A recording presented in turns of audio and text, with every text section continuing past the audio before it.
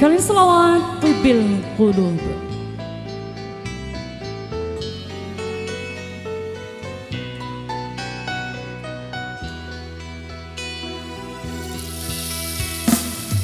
Allahumma salli ala Sayyidina Muhammadin Tibil Qulubi wa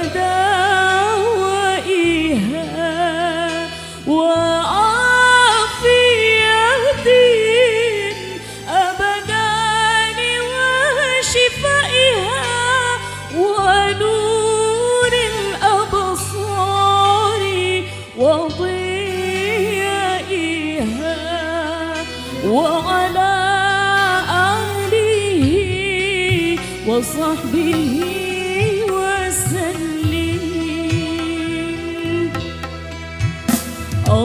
اللهم صل على سيدنا محمد طب القلوب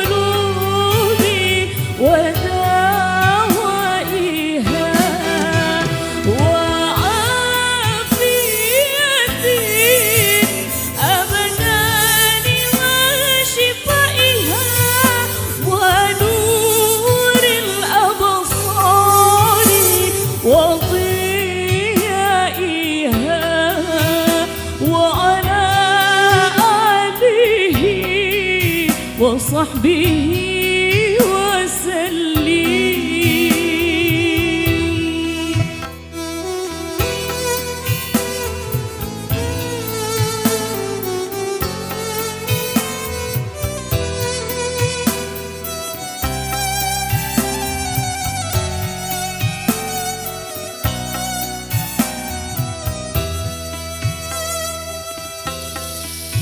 Ya Allah, limpahkan rahmat pada junjungan kami, pembawa syafaat kepada umat, sebagai obat hati, sebagai penyejuk jiwa, memberikan cahaya kesehatan jiwa, memberikan cahaya kesehatan jiwa.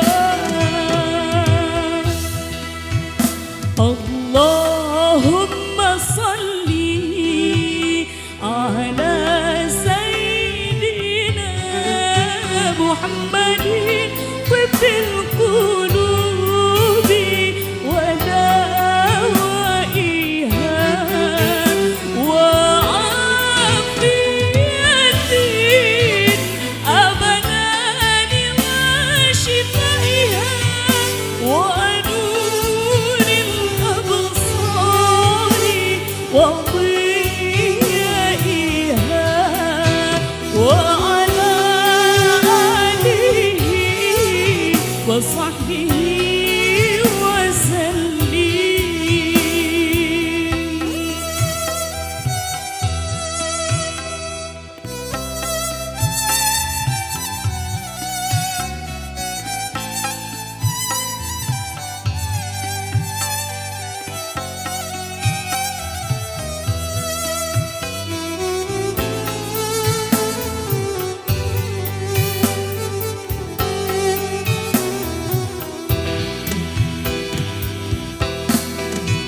Ya Allah, limpahkan rahmat pada junjungan kami, pembawa syafaat kepada umat, sebagai obat hati, sebagai penyejuk jiwa, memberikan cahaya kesehatan jiwa, memberikan cahaya kesehatan